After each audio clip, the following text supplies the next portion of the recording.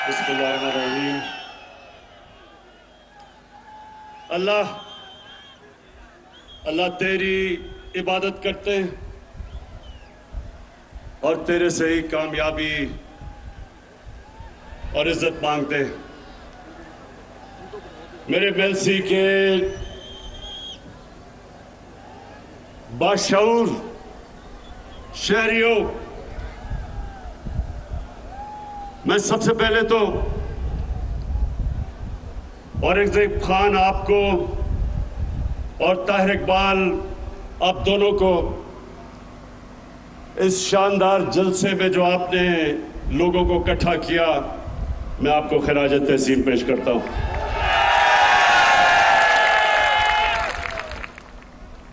अब औरंगजेब भाई, इतनी ज्यादा चीजें आपने मेरे से मांग ली,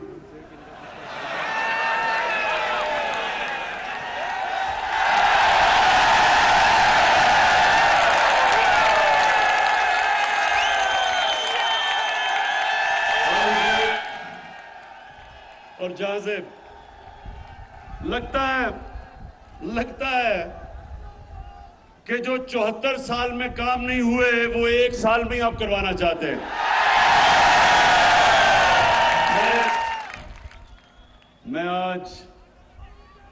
मैं आपको खुशखबरी सुनाता हूं।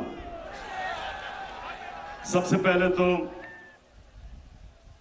मेलसी के लोगों, सबसे पहले खुशखबरी ये है कि हमारी फेडरल गवर्नमेंट ने फैसला किया है कि हम जनूबी पंजाब के लिए 500 अरब रुपया मजीद खर्च करेंगे। और अभी आपको उस्मान बुज़दार ने, आप ही के जनूबी पंजाब के चीफ मिनिस्टर ने इतनी लंबी चीजें बताई हैं कि जो जो आपकी ख्वाहिशें थी तकरीबन सारी उन्होंने कहा या इस बारी पूरी होंगी और या अगले बजट में पूरी होगी। लेकिन मेलसी के लोगों, इससे भी ज्यादा खुशखबरी आपको सुनाने लगा हूं।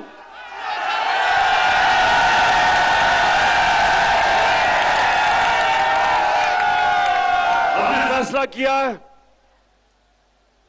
कि हम नेशनल असेंबली में साउथ पंजाब की कॉन्स्टिट्यूशनल अमेंडमेंट रख देंगे कि साउथ पंजाब का सूबा बनना चाहिए।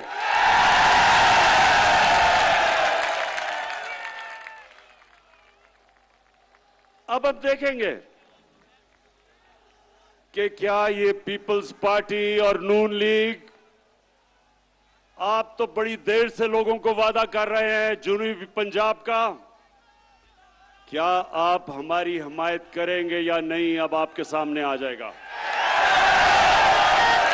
लेकिन इंशाअल्लाह हमने ये बिल रख देना असेंबली में।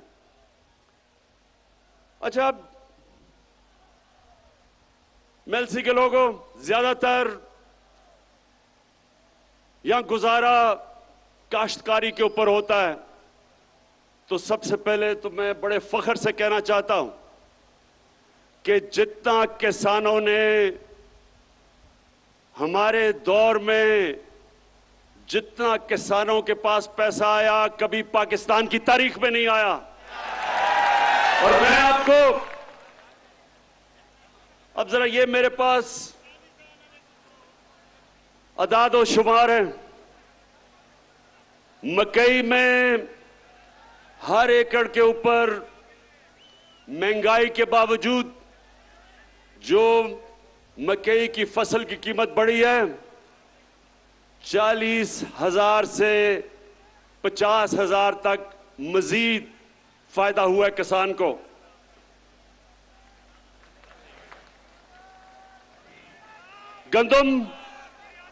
गंदम के अंदर जो हमने 50% हमारे दौर में गंदम की सपोर्ट प्राइस बढ़ाई, जो किसान की जेब में आया हर एकड़ में वो 25,000 से 30,000 रुपया। उसके बाद कपास की कीमत दुगनी हो गई है। कपास की कीमत अब दुगनी किसान को मिल रही है और उसकी वजह से 1 एकड़ के ऊपर कपास में 70,000 से 80,000 रुपए तक मेरे किसान को फायदा हुआ है।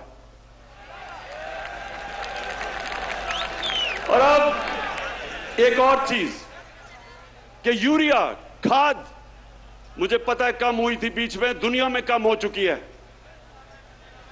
लेकिन अभी आपको मिलेगी। हमने बड़ी मुश्किलों से हमने खाद भी ज्यादा इस बार प्रोड्यूस की, ज्यादा गैस दिया, खाद की फैक्ट्रियों को बंद नहीं होने दिया, लेकिन उसके बावजूद हमने चाइना से 1 लाख टन खाद मंगवाई है, जो कि इंशाल्लाह 1 हफ्ते तक पहुंच रही है।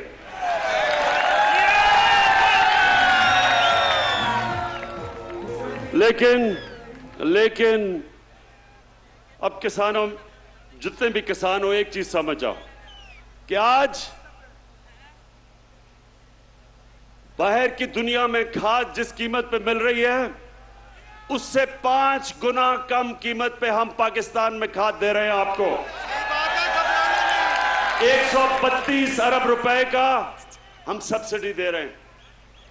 तो मैं इसलिए आज आप किसानों के सामने पहले ये जरूर बात करना चाहता हूं, और भी अभी बड़ी बातें कर रही है मैंने, लेकिन मैं पहले अपने, क्योंकि मेरा ये ईमान है, जब किसान खुशहाल होगा पाकिस्तान तरक्की करेगा।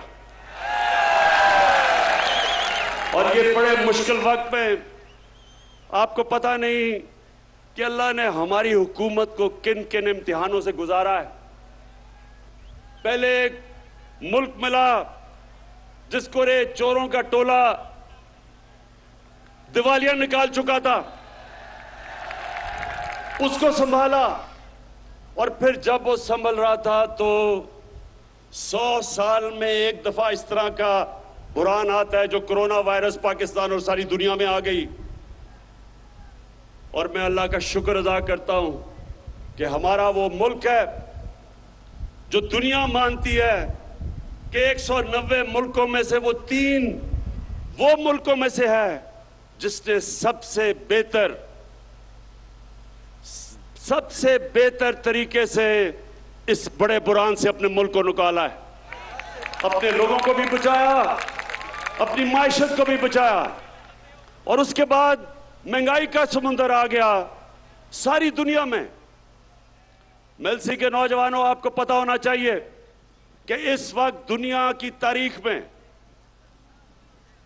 यानी, और मैं तारीख की बात कर रहा हूं कि अमेरिका में 40 साल के बाद सबसे ज्यादा महंगाई आई है, बर्तानिया में 30 साल के बाद, जर्मनी में 26 साल के बाद, तुर्की में 20 साल के बाद। इतनी महंगाई दुनिया में जो आई है, उसके मुकाबले में पीपल्स पार्टी का जो 2008 से 13 का दौर था, उस दौर में ज्यादा महंगाई थी आज से। लेकिन इस महंगाई के बावजूद इंशाअल्लाह हमने पूरी कोशिश की कि आपके ऊपर हम कम बोझ डालें, और अल्लाह का करम है कि हमारी पाकिस्तान की तारीख में सबसे ज्यादा टैक्स इकट्ठा किया गया है। और उसकी वजह से मैंने 10 रुपए कम किया पेट्रोल और डीजल,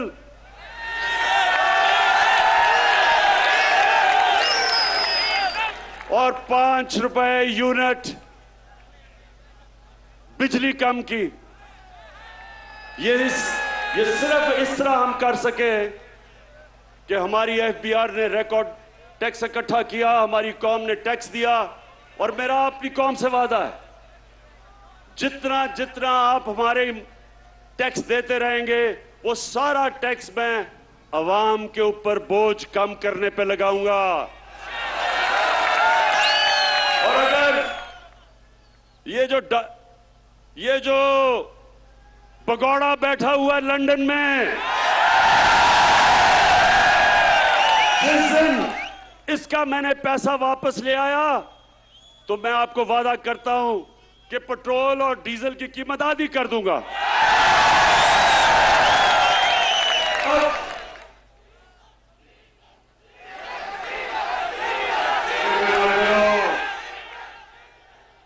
अभी फजलू डीजल पे भी मैं आ रहा हूं।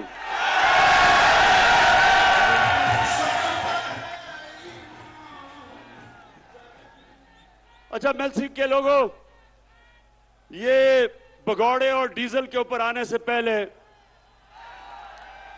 मैं सिर्फ आपको, नौजवानों, आपके लिए एक बात करना चाहता हूं। मेरे मां बाप एक गुलाम हिंदुस्तान में पैदा हुए थे, मैं पहला था। हम वो बच्चे थे जो आजाद पाकिस्तान में पैदा हुए थे। और मेरी हमेशा मां बाप ने भी मुझे याद दिलाया और हमेशा मेरे ज़हन में था कि कभी हमने पाकिस्तान को कभी किसी की गुलामी नहीं करने देना। और मेरे मेलसी के लोगों और जो पाकिस्तान के लोग टीवी पे ये देख रहे हैं, ये सुन लो, ना आज तक इमरान खान किसी के सामने झुका है, और इंशाअल्लाह जब तक मेरे में खून है, मैं अपनी कौम को किसी के सामने झुकने नहीं दूंगा। अभी ये जरा सुने, यूरोपियन यूनियन के एम्बेसडर ने खत लिखा पाकिस्तान को कि आप रूस के खिलाफ उसके मुखालिफ स्टेटमेंट दें, उसके खिलाफ वोट दें। मैं ये यूरोपियन यूनियन के एम्बेसडर से पूछता हूं कि क्या आपने हिंदुस्तान को भी ये खत लिखा था? क्योंकि मैं अपनी कौम को याद करवाना चाहता हूं कि ये वो पाकिस्तान था जिसने ये नेटो की मदद की, जो वॉर ऑन टेरर थी, हमने उनका साथ दिया। मैं कभी ना साथ देता, मैं अपनी मुल्क को बाहर रखता उस जंग से, लेकिन उस वक्त का जो सरबराह था उन्होंने उनका साथ दिया। क्या मिला पाकिस्तान को? 80,000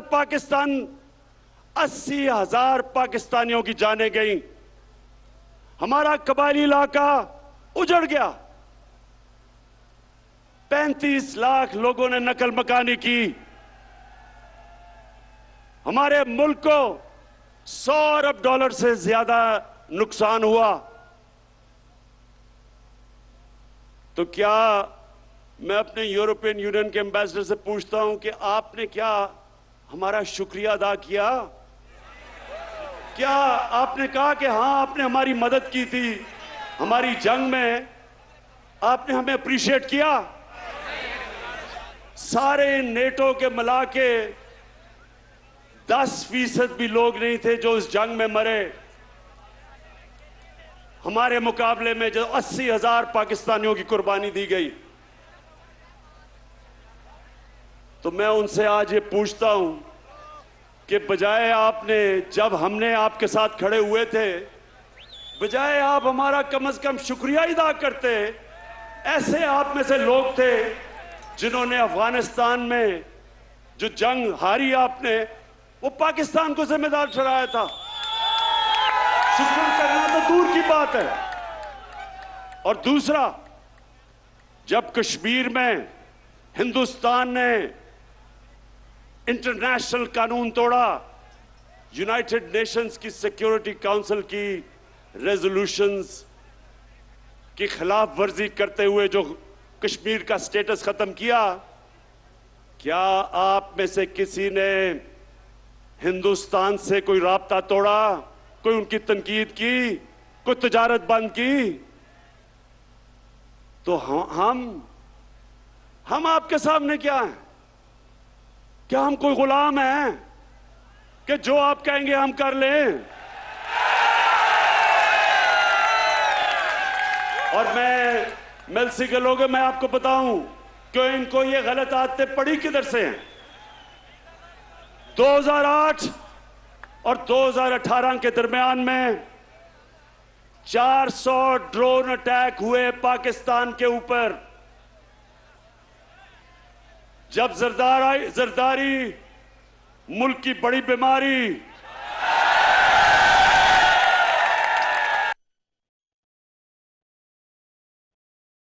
में पाकिस्तान तहरीक इंसाफ का जलसा, वजीर आजम इमरान खान जलसे से खिताब कर रहे थे। उनका ये कहना था कि अब पाकिस्तानियों को मुबारकबाद हो क्योंकि पाकिस्तान की फॉरेन पॉलिसी अब मुल्क के अंदर ही बनती है। उन्होंने सवाल उठाया यूरोपीय यूनियन के एम्बेसडर से कि उन्होंने क्यों हमें कहा कि वह रूस के मुखालिफ बयानात दें।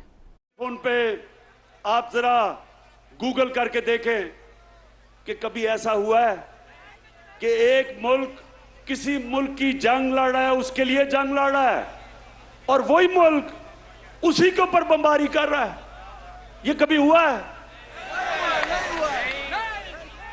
और सवाल ये है कि ये दो डाकुओं ने क्यों नहीं उनसे पूछा, क्यों नहीं उनको कहा कि जब गांव के अंदर और हमारे कबायली इलाके पे जब ड्रोन अटैक यानी बम फटता था तो आपको पता है औरतें, बच्चे, बेकसूर लोग मारे जाते थे। जब ड्रोन अटैक एक घर पे फटता है तो लोगों के गोश्त के टुकड़े दीवारों पे होते हैं। इनको कोई शर्म नहीं आई कि हमारे पाकिस्तानी मर रहे थे। बाहर से हमारा ही दोस्त जिसके लिए हम जंग लड़ रहे हैं वही आके यहां ड्रोन अटैक कर रहा था। क्यों ये दोनों बोल नहीं रहे थे? क्यों नहीं बोल रहे थे?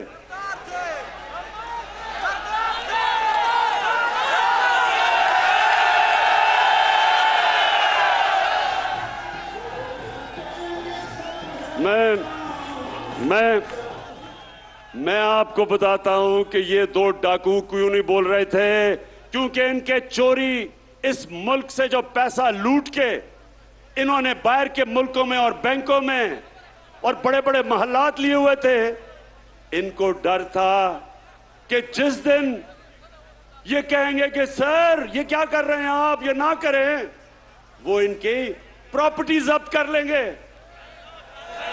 आज रूसियों की जो उनकी मगरब में असासे हैं वो जब्त कर रहे हैं।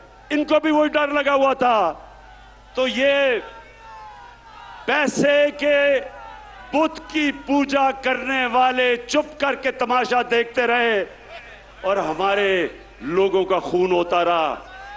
बेकसूर लोग बेचारे कबायली इलाके में उनके बच्चे मरे, और वो जिसके खानदान में लोग मरते थे वो हमारे खिलाफ हमले करते थे, बदला हमारे पे लेते थे, क्योंकि उनको पता था कि हमारी इजाजत से ये ड्रोन अटैक्स अपने मुल्क पे हो रहे हैं।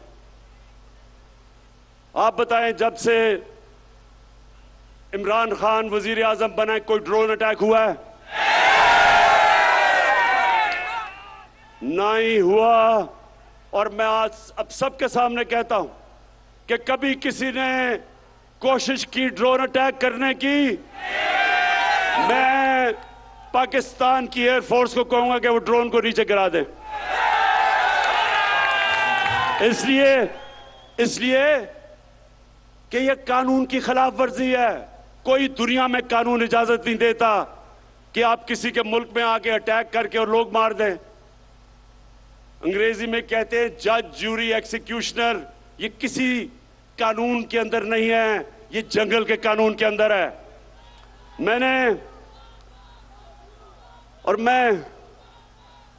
मेरे पाकिस्तान के नौजवानों, मैं ये चाहता हूं ये गौर से एक बात समझ लें आप। कभी भी कोई कौम अजीम कौम नहीं बनी जो दूसरों के सामने झुकती है। सिर्फ खुददार कौमें अजीम कौम बनती हैं। जो किसी से भीख मांग के गुजारा करती है कौम, वो ऐसे ही है जैसे कि अगर मैं वसाखिया पकड़ लूं, अपनी टांगों पे जोर ना डालूं, मेरी टांगें कमजोर हो जाएंगी। इसी तरह मुल्क कमजोर हो जाते हैं जो अपने पैर पे नहीं खड़े होते।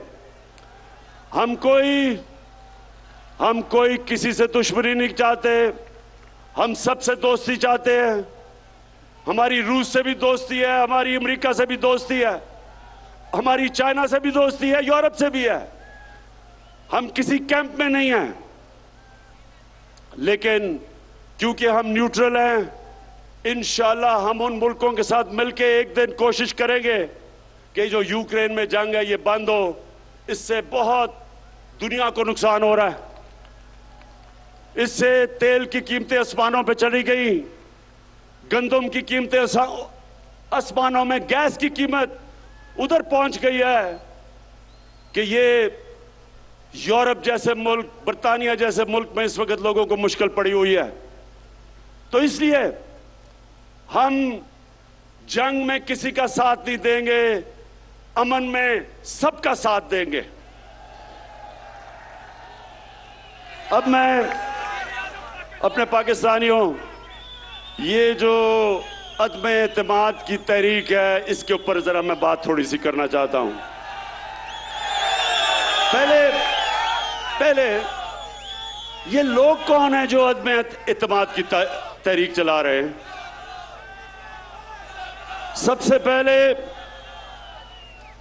सबसे पहले मुजरिम नंबर 1 नवाज शरीफ झूठ बोल के सुप्रीम कोर्ट ने उसको सजा दी, बॉलीवुड की एक्टिंग की, रो धो के कि जी मैं तबाह हो गया, मरने वाला हूं, मिन्नतें करके बाहर चला गया। मैं ये सोचता हूं, नून लीग वालों अगर सुन रहे हो तो मेरी बात जरा, मैं चाहता हूं इस बात पे थोड़ा सा गौर करो कि कभी गीदड़ भी लीडर बन सकता है? कभी दुनिया में सुना है कि वो लीडर हो जो खुद दुमदुमा के भाग जाए और दूसरी तरफ भागा है? पहली दफा जनरल मुशर्रफ के दौर में तो आसिफ जरदारी ने तब कहा था, आसिफ जरदारी जब आप इकट्ठे होंगे तो जरा याद कराना शरीफों को और नून लीग को कि क्या आपने ये नहीं कहा था कि अटक जेल में टिश्यू के डब्बे खत्म हो गए नवाज शरीफ के आंसू पहुंचते पहुंचते। तो वहां रोना धो के वहां से भागा, झूठ बोल के गया कि मैंने कोई मुआहिदा नहीं किया। फिर वो सऊदी शहजादा आया और उसने मुआहिदा दिखा दिया। फिर कहता नहीं जी वो असल में 5 साल का था, 10 साल का नहीं। अब फिर बाहर चला गया है।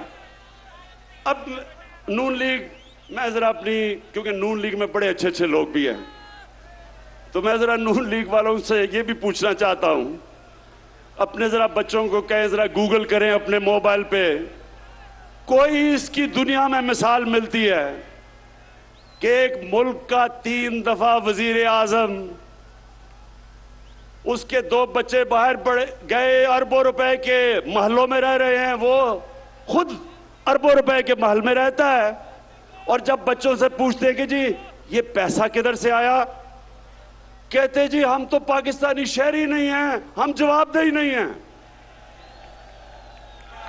यानी 3 दफा मुल्क का सदर, प्राइम मिनिस्टर, इसका मतलब कि वो फिर ये सिर्फ पाकिस्तान को लूटने के लिए आते हैं, पैसा चोरी करके बाहर, छुट्टियां बाहर, ईद बाहर, घर बाहर, शॉपिंग बाहर, और पाकिस्तान सिर्फ लूटने के लिए रखा हुआ है। ये है नंबर 1 जो चाहता है अदम एतमाद की तहरीक हो, इसलिए कि वो चाहता है कि फिर से उसको याद आ रहा है कि कैसे उन्होंने मजे मजे से पाकिस्तान को पिछले 30 साल में लूटा है। दूसरा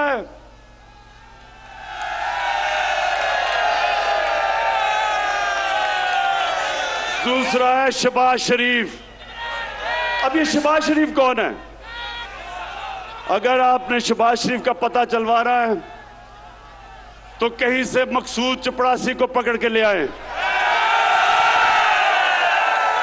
वो बेचारा मकसूद चपड़ासी, एक दिन उसे पता चला कि उसके बैंक के अंदर 375 करोड़ रुपया आ गया।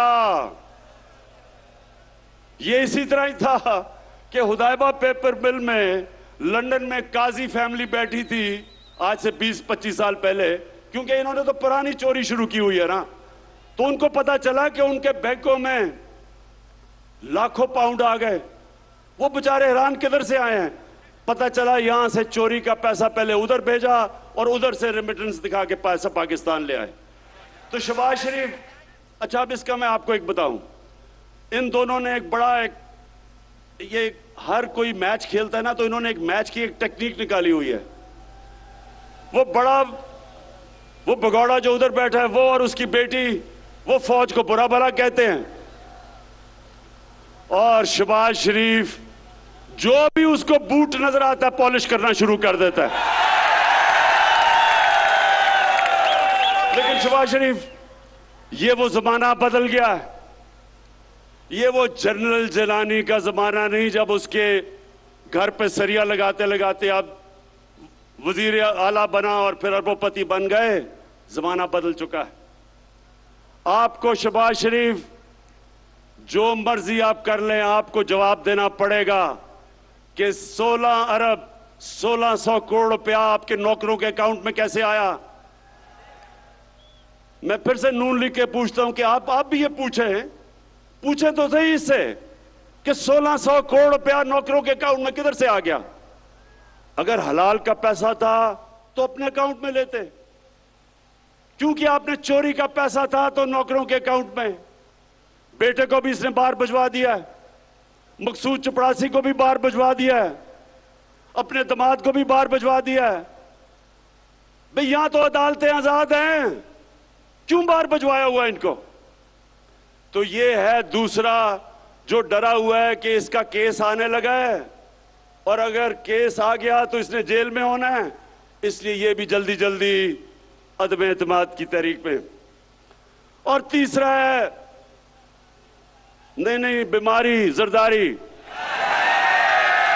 जरदारी का कमाल ये है कि जब बेनजीर इक्तदार में आई तो आते साथ ही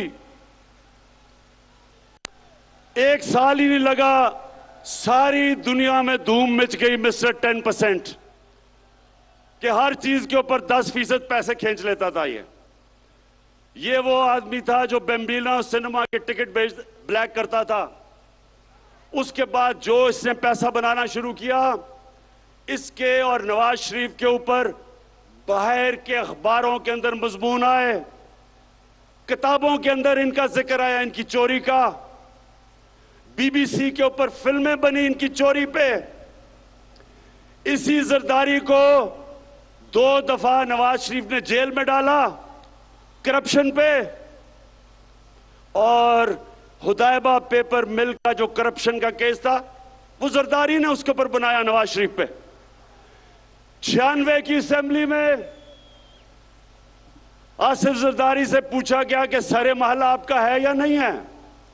एक बड़ा महंगा इसने महल खरीदा बर्तानिया में। इसने असेंबली में कहा ये मेरा नहीं है। वो केस हुआ, केस पाकिस्तान जीत गया, सारे माल को बेचा, पैसा पाकिस्तान आना था।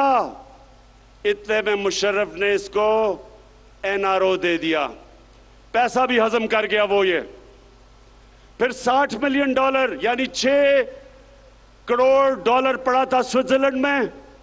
पाकिस्तान ने केस किया, पाकिस्तान केस जीतने लगा था, मुशर्रफ ने एनआरओ दिया, वो भी हजम कर गया।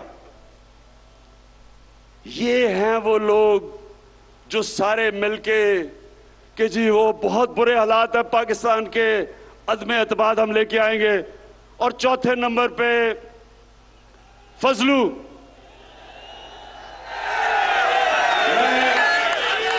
मैं इसको कभी मौलाना नहीं कहूंगा, क्योंकि मौलाना, हम अदब से मौलाना को कहते हैं। मौलाना पढ़े लिखे दीनी लोग होते हैं, हम उनकी इज्जत करते हैं। लेकिन जो डीजल के परमिट को बेच के पैसे बनाता है, और ये सिर्फ पैसे नहीं बनाता, ये ब्लैकमेल करता है। मदरसे के बच्चों को ले आया, इस्लामाबाद में धरना दिया। वो मीडिया ने जाके मदरसों के बच्चों से पूछा कि ये क्यों आए हो तुम धरना देने। उन्होंने कहा जी इसलिए कि इमरान खान यहूदी एजेंट है। उन्होंने कहा कि ये यहूदियों का या साजिश कर रहा है पाकिस्तान में। मौलाना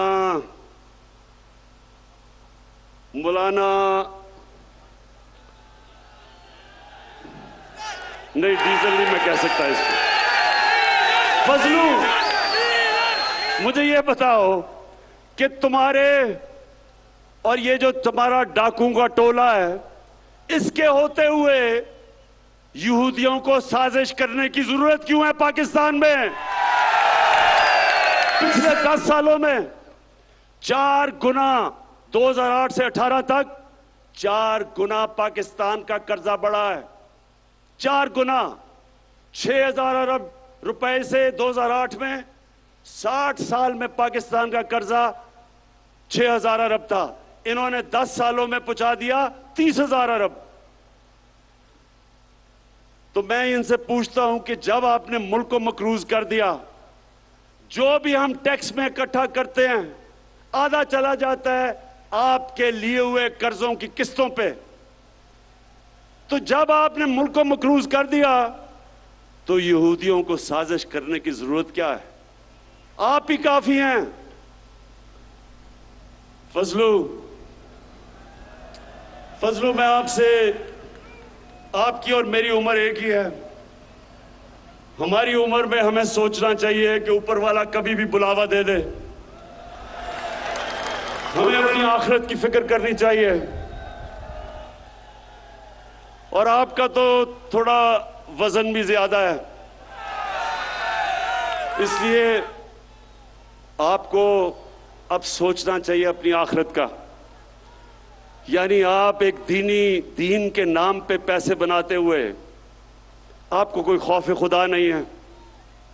कुछ तो सोचें कि आप जो मदरसे के बच्चे, और मैं ये समझता हूं कि ये हमारा बहुत बड़ा एहसास है, हमारे मदरसे के बच्चे, लेकिन इनको आप इस्तेमाल करें अपनी सियासत चमकाने के लिए और ब्लैकमेल करने के लिए। जो मैंने कुरान पढ़ी है और जो मेरा दीन का जितना भी इल्म है, अल्लाह ने आपको माफ नहीं करना। ये 4 लोग मिलके अदम एतमाद कर रहे हैं। और आज मैं अब अपनी आखिर में सारी कौम से पूछना चाहता हूं कि देखें, एक कुरान की आयत है, अमर बिल मारूफ व नही अनिल मुनकर। इसका मतलब है, नौजवानों ये सुन लो, कोई भी दुनिया में मुहज़्ज़ब माशरा नहीं बन सकता जब तक इस कुरान की आयत पे नहीं चलता। अल्लाह कहता है कि तुम अच्छाई के साथ खड़े हो, अच्छाई के लिए जिहाद करो और बुराई के खिलाफ जिहाद करो। इसके ऊपर अच्छे और बुरे की तमीज जब एक माशरा रखता है, उसकी अखलाकियात ऊपर चली जाती है, वो माशरे ऊपर जाते हैं। और जिन माशरों के अंदर कानून की बालादस्ती होती है, कानून की बालादस्ती और हुक्मरानी का मतलब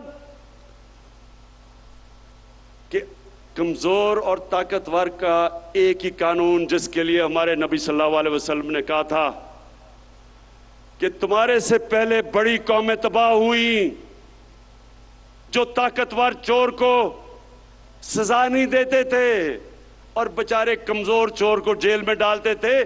कौम तबाह हो गई है तुम्हारे से पहले कई। अब ये जो चोरों का टोला है, ये सारे जो आपकी कौम को नुकसान पहुंचा रहे हैं, 35 साल से ये नुकसान पहुंचा रहे हैं। मैं 1990 की बात करता हूं। मैं जब क्रिकेट खेलता था, हिंदुस्तान से जब मैं पाकिस्तान आता था, तो लगता था एक गरीब तरीन मुल्क से एक अमीर तरीन मुल्क में पहुंच गया हूं। हम उनसे आगे थे, हम सारे बर्रे सगीर में सबसे आगे थे। जब ये चोरों का टोला इस मुल्क के ऊपर मसल्लत हुआ, हम सबसे पीछे रह गए। ये अमीर तरीन हो गए हैं, कौम मकरूज और गरीब हो गई है। ये समझ जाए मेरे मेलसी के नौजवानों, ये आप समझ जाए, जब तक एक कौम अच्छे बुरे की तमीज नहीं करती, कौम ऊपर नहीं जा सकती। मदीना की रियासत में हमारे नबी सल्लल्लाहु अलैहि वसल्लम ने इखलाकियात के ऊपर अपनी रियासत की बुनियाद रखी थी और इंसाफ पे, उस पे वो दुनिया की अजीम कौम बने थे। जब इस तरह के चोर मिलके सिर्फ एक ही काम है कि बारियां लेते रहें, खाते रहें, जो इनको इत्तेसाब इनका करने लगे तो उसके साथ सब मिलके उसको गिराने की कोशिश करें, तो ये लोग, मैं अपने मीडिया से कहता हूं कि आप, मीडिया एक वॉचडॉग होता है, मीडिया का काम होता है लोगों को अच्छे बुरे की तमीज दें। आज मगरबी मीडिया कभी भी किसी के ऊपर चोरी का इल्जाम हो वो तकरीर नहीं कर सकता, वो मीडिया के सामने नहीं जाता। अगर कोई पकड़ा जाए करप्शन में, माशरे में उसकी सोशल बॉयकॉट हो जाती है, कोई उसके करीब नहीं जाता। तो मीडिया आपकी भी जिम्मेदारी है, आपके बच्चे हैं। मैं जो लोग आज मीडिया में इनकी हिमायत कर रहे हैं इन डाकुओं की, मैं आपसे ये सवाल पूछता हूं कि क्या आप चाहेंगे कि आपके बच्चे फजलुर रहमान फजलू डीजल हो जाएं, या आप चाहेंगे कि मकसूद चपरासी वाला शोभा शरीफ आपका बेटा बन जाए, या आप चाहेंगे कि भगोड़ा नवाज शरीफ बन जाए, और या आप चाहेंगे कि आपका बेटा जरदारी की तरह बन जाए? कोई नहीं चाहेगा। तो फिर आप क्यों इस मुल्क में अच्छाई के साथ नहीं खड़े होते? 30 साल से आप देख रहे हैं कि मुल्क से क्या कर रहे हैं। मैं आज आखिर में एक बात कह के अपना बात खत्म करता हूं कि मैं 25 साल पहले मैं सियासत में आया ही था इनका मुकाबला करने के लिए। जब तक मेरे में खून है मैं इनका मुकाबला करूंगा।